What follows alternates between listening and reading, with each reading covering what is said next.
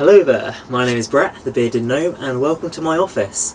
I'm taking refuge from this windy day to talk to you about leafcutter bees and other solitary bees that like to nest inside little cells and tubes. If there's one thing that I want everyone to take away from this video is that don't go out and buy a bee hotel from a garden centre, because the chances are you will kill your bees. Okay, they are so bad for bees. I want to get that message across, and if you watch this video you'll see what you can do to actually help.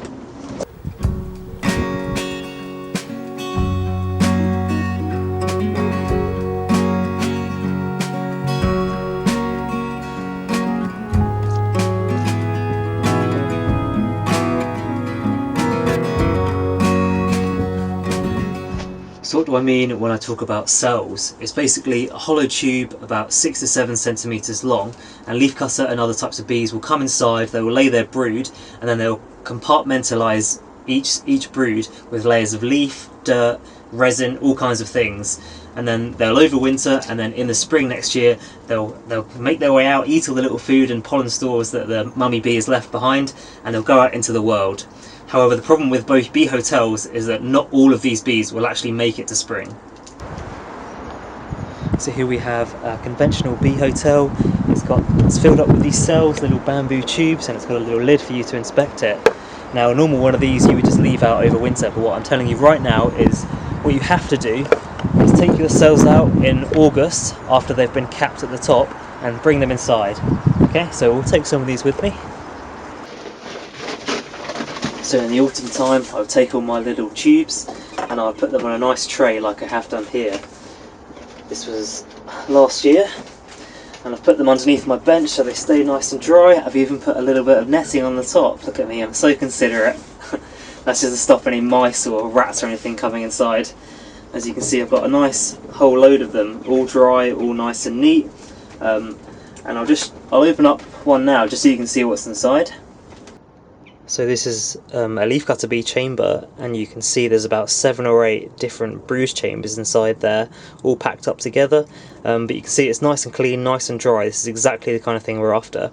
I'll show you now one of my hotels that I left outside last year, just some of the chambers I left out in the winter, and you'll see the damage that the rain and the wind and the wet has done to it. So looking inside one of my hotels that I left outside over winter, apart from an insane number of false widow spiders, you can see some of the cells that I've left inside. This is the resin bee. Looking inside, it's filled with mould and parasites. I imagine that any bees inside here would have been killed. This is the cell of a leafcutter bee that I found left inside, and you can see it's gone black from all the moist and dampness that's got into it. So you can see the importance of keeping your cells in a dry, warm spot. And now that it's April and things are warming up, it's probably about 20 degrees in my greenhouse, which might be a little bit too warm for these guys. I would normally take them out about mid-March. So we're going to take these out and put them inside my Mark II bee hotel that I've been working on.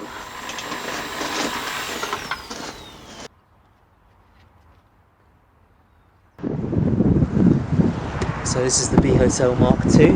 It's got a nice protected roof so the rain can run off. It's also got a tilted base so it angles up, which means the cells don't fall out.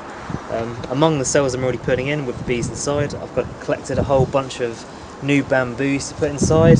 There's probably about 100 here, so I'm hoping for a load of bees this year.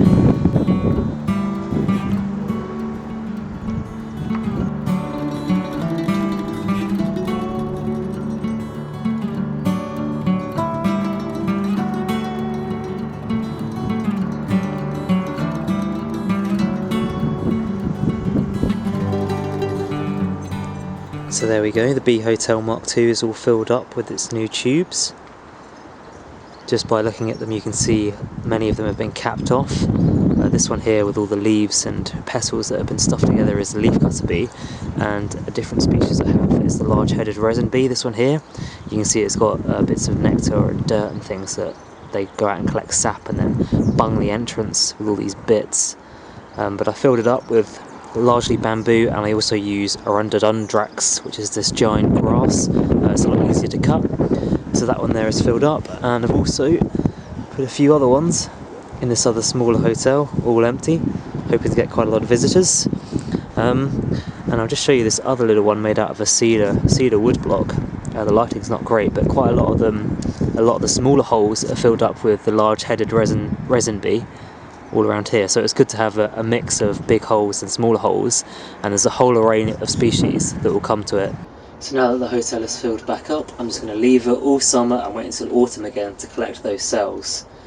So in the last couple of years that I've been using it, it's doubled in size. There's obviously some kind of homing going on, and the leafcutter bees, they just keep coming back for more and more. In the description below I'm going to post some really good resources if you do want to build your own hives, and there's some more stuff about winter care that you should be looking out for. There's this really evil little fly that likes to inject its larvae inside some of the cells, so some of these resources go into a bit more depth about that. I hope you guys have enjoyed watching. It's been a pleasure showing you some of my bees, and I've got some other little videos of the resin bee in action and some other leafcutter stuff as well. But yeah, stay tuned and I'll see you next time.